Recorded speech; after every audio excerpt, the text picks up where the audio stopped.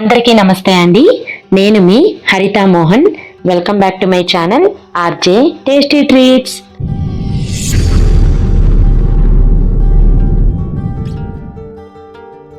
ఈరోజు వీడియోలో మీకు నేను డాబా స్టైల్లో కాలీఫ్లవర్ కర్రీని టేస్టీగా ఎలా చేసుకోవాలో చూపిస్తానండి. యాక్చువల్గా చాలామందికి ఈ కాలీఫ్లవర్ కర్రీ ఎలా చేసినా పచ్చివాసన వస్తుంటుంది. ఎన్ని మసాలాలు వేసినా ఎంత ఉడికించినా కూడా కర్రీ టేస్ట్ రావట్లేదండి అని చెబుతుంటారు. అందుకే ఈ కర్రీని చేయడానికి కూడా చాలామంది ఇష్టపడరు. ఇప్పుడు నేను చెప్పే టిప్స్తో ఈ సింపుల్ ప్రాసెస్లో ఓసారి ఈ కాలీఫ్లవర్ కర్రీ చేశారంటే మీకు 100% పర్ఫెక్ట్ టేస్ట్ వస్తుంది. మరిక లేట్ చేయకుండా ప్రాసెస్ ఏంటో చూసేద్దాం. ఈ రెసిపీ కోసం ఇక్కడ నేను ఒక చిన్న కాలీఫ్లవర్ తీసుకున్నానండి. దీని వెనుక ఉన్న స్టెమ్ పార్ట్ అంతా తీసేసి మిగతా ఫ్లవర్ అంతా ఇలా ఈ సైజులో కట్ చేసుకున్నాను. మరీ పెద్దవిగా కాకుండా ఇలా ఈ కాలీఫ్లవర్ కనిపించేలా కట్ చేసుకోవాలి. ఈ ముక్కలన్నీ వెయిట్ వచ్చేసి సుమారు 300 గ్రామ్స్ ఉంటాయండి. ఇప్పుడు స్టవ్ మీద ఒక గిన్నెలో నీళ్లు మరిగించాలి. ఇందులోనే 1/2 స్పూన్ పసుపు, 1 స్పూన్ ఉప్పు వేసి ఈ వాటర్ని బాగా మరిగించాలి. ఇలా మరుగుతున్నప్పుడు కాలీఫ్లవర్ ముక్కల్ని వేసి హై ఫ్లేమ్లోనే 5 నుండి 10 నిమిషాల పాటు ఉడికించాలి. 10 నిమిషాలకి ఇవి కాస్త మగ్గుతాయి. ఇక స్టవ్ ఆఫ్ చేసి ఈ వాటర్ అంతా తీసేయాలి. ఇలా ఒక జాలీలోకి వడకట్టి తీసుకోండి. ఈ వాటర్ తడి ఆరేంత వరకు కాసేపు వీటిని పక్కన పెట్టుకొని ఇప్పుడు స్టవ్ మీద ఒక ప్యాన్ పెట్టి ఒక ఫుల్ టేబుల్ స్పూన్ శనగపిండి వేసుకొని లో ఫ్లేమ్లో కాసేపు ఫ్రై చేయాలి. శనగపిండి ఫ్రై అయిన తర్వాత మీకు ఆటోమేటిక్గా మంచి స్మెల్ వస్తుంది. అప్పటి వరకు ఫ్రై చేసుకోండి, సరిపోతుంది. ఇప్పుడు ఈ శనగపిండిని వేరే గిన్నెలోకి తీసుకొని చిన్న టీ గ్లాస్ వాటర్ వేసి ఉండలు లేకుండా కలిపి రెడీగా పెట్టుకోవాలి. మళ్ళీ స్టవ్ మీద ఇదే ప్యాన్ పెట్టి 2 స్పూన్లు నెయ్యి లేదా బటర్, ఈ 2 లేకపోతే 2 స్పూన్ల ఆయిల్ వేసుకొని ఇందులోనే చిటికెడు పసుపు, 1/2 స్పూన్ ఉప్పు, 1 స్పూన్ కారం వేసి ఓసారి బాగా కలపండి.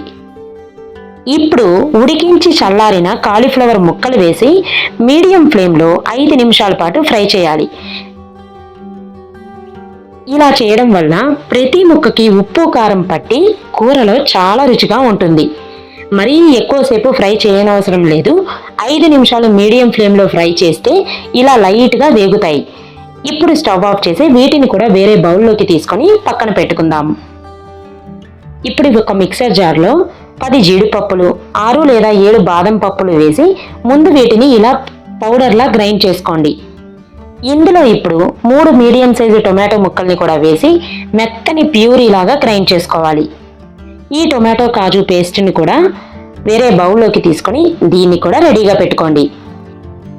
ఈ కర్రీ కోసం స్టవ్ మీద కాస్త లోతుగా మందంగా ఉన్న కడాయి పెట్టి 3 నుండి 4 స్పూన్ల ఆయిల్ వేసుకోవాలి. ఈ ఆయిల్ హీట్ అయిన తర్వాత 1 ఇంచు దాల్చిన చెక్క, 3 లవంగాలు, 2 ఇలాచి, 1 బిర్యానీ ఆకు వేసి 2 నిమిషాలు ఇవి ఫ్రై అయిన తర్వాత 2 ఎండుమిర్చి, 2 రెమ్మల కరివేపాకు, 3 పచ్చిమిర్చి ముక్కలు కూడా వేసి ఫ్రై చేసుకోండి. ఇవి వేగిన తర్వాత 2 మీడియం సైజు ఉల్లిపాయల్ని చాలా సన్నగా తరిగి వేస్తున్నాను. కావాలంటే మీరు ఉల్లిపాయల్ని కచ్చాపచ్చగా గ్రైండ్ చేసి కూడా తీసుకోవచ్చు. ఈ ఉల్లిపాయ ముక్కలు కూడా బాగా వేగాలి. ఇందులోనే 1 స్పూన్ అల్లం వెల్లుల్లి పేస్ట్ వేసి ఇవేమీ పచ్చివాసన లేకుండా బాగా ఫ్రై అవ్వాలి. వీటితో పాటే చిటికెడు పసుపు, ఈ ముక్కలన్నీ ఫాస్ట్గా ఫ్రై అవ్వడానికి కొంచెం ఉప్పు కూడా వేస్తున్నాను.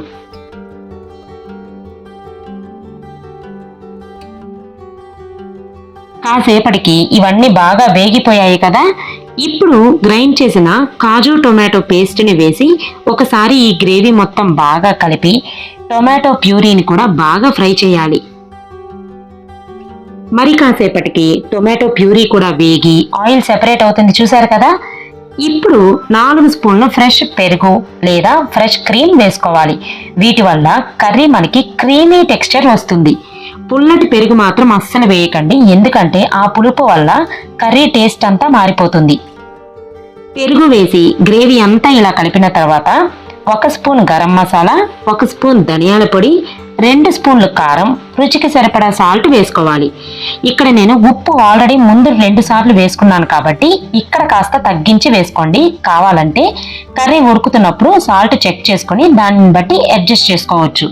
ఈ స్పైసెస్ అన్ని కలిసేలా గ్రేవీని బాగా మిక్స్ చేయాలి. ఇలా కలిపిన తర్వాత ముందుగా రెడీ చేసిన శనగపిండి వాటర్ని ఓసారి మళ్ళీ స్పూన్తో కలిపి ఇందులో వేసుకోండి. ఈ శనగపిండి వల్ల కర్రీ మంచి టేస్ట్ మాత్రమే కాకుండా గ్రేవీ కూడా చాలా పర్ఫెక్ట్గా వస్తుంది. శనగపిండి కూడా వేసి కలిపిన తర్వాత ఒక పెద్ద గ్లాస్తో వాటర్ని వేసుకోవాలి. మరోసారి కర్రీ అంతా బాగా కలుపుకుందాం. ఇక ఇప్పుడు ఫ్రై చేసిన కాలీఫ్లవర్ ముక్కల్ని వేసుకోవాలి. ఈ ముక్కలన్నీ గ్రేవీతో కలిసేలా బాగా కలుపుకొని మీడియం ఫ్లేమ్లోనే ఉడికించాలి. ఫ్లేవర్ కోసం నేను ఇప్పుడు కాస్త కొత్తిమీర కూడా వేస్తున్నాను. మీ దగ్గర కూడా ఉంటే ఈ స్టెప్ దగ్గర కాస్త కొత్తిమీర వేయండి. ఇక మూత పెట్టేసి కర్రీని కనీసం 15 నిమిషాల పాటు మీడియం ఫ్లేమ్లోనే ఉడికించాలి. మధ్య మధ్యలో కర్రీని చెక్ చేసుకుంటూ ఎక్కడ అడుగంటకుండా కలుపుతూ ఉండండి. 10 నిమిషాల తర్వాత చూసారంటే ఇక్కడ ఆయిల్ సెపరేట్ అయ్యి గ్రేవీ కూడా దాదాపు చిక్కబడింది. ఇప్పుడు 1 టీ స్పూన్ కసూరి మేతి వేసి కర్రీ మొత్తం బాగా కలిపి కేవలం 5 నిమిషాల పాటు ఇలానే ఉడికించండి. 5 నిమిషాల తర్వాత చూసారంటే కాలీఫ్లవర్ కర్రీ చూసారా ఎంత చక్కగా పర్ఫెక్ట్ కలర్తో టెక్స్చర్తో సూపర్గా రెడీ అయిపోయింది. ఇప్పుడు ఫైనల్గా మరి కాస్త కొత్తిమీర వేసి కర్రీ మొత్తం కలిపి స్టవ్ ఆఫ్ చేయండి. గుమగుమలాడే డాబా స్టైల్ కాలీఫ్లవర్ కర్రీ రెడీ అయిపోతుంది. ఈ కర్రీని మనం వైట్ రైస్తో, బిర్యానీతో, ఏ మసాలా రైస్లోకైనా లేదా చపాతీ, రోటీ, ఇంకా చెప్పాలంటే ఈ కర్రీని మీరు దోశలకి కూడా తినొచ్చండి. ఇలా ఎందులోకైనా మీరు ఎలా తిన్నా ఈ కర్రీ మీకు ఆటోమేటిక్గా దానికి తగినట్టు సెట్ అయిపోతుంది. ఇలా కానీ కాలీఫ్లవర్ కర్రీని చేశారంటే ఇప్పటి వరకు అసలు ఈ రెసిపీని సరిగ్గా చేయని వాళ్ళు, ఫెయిల్ అవుతుంది అనుకునే వాళ్ళు కూడా చాలా పర్ఫెక్ట్గా చేస్తారు. ఈ వీడియోలో చూపించిన విధంగా ఈ రెసిపీని యాజ్ ఇట్ ఈస్ ఫాలో అయ్యి ఓసారి ట్రై చేయండి.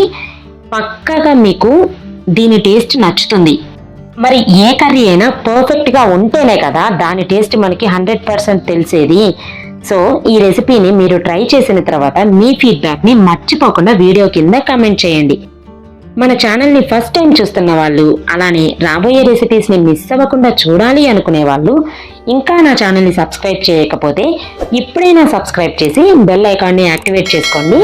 నా ప్రతి వీడియో నోటిఫికేషన్ అనేది మీకు తెలుస్తుంది. మరి ఈ రెసిపీ నచ్చితే మర్చిపోకుండా వీడియోని లైక్ చేసి మీ ఫ్రెండ్స్ అండ్ ఫ్యామిలీ అందరికీ షేర్ చేయండి. మరో ఇంట్రెస్టింగ్ రెసిపీతో చాలా త్వరగా కలుద్దాం. Thanks for watching.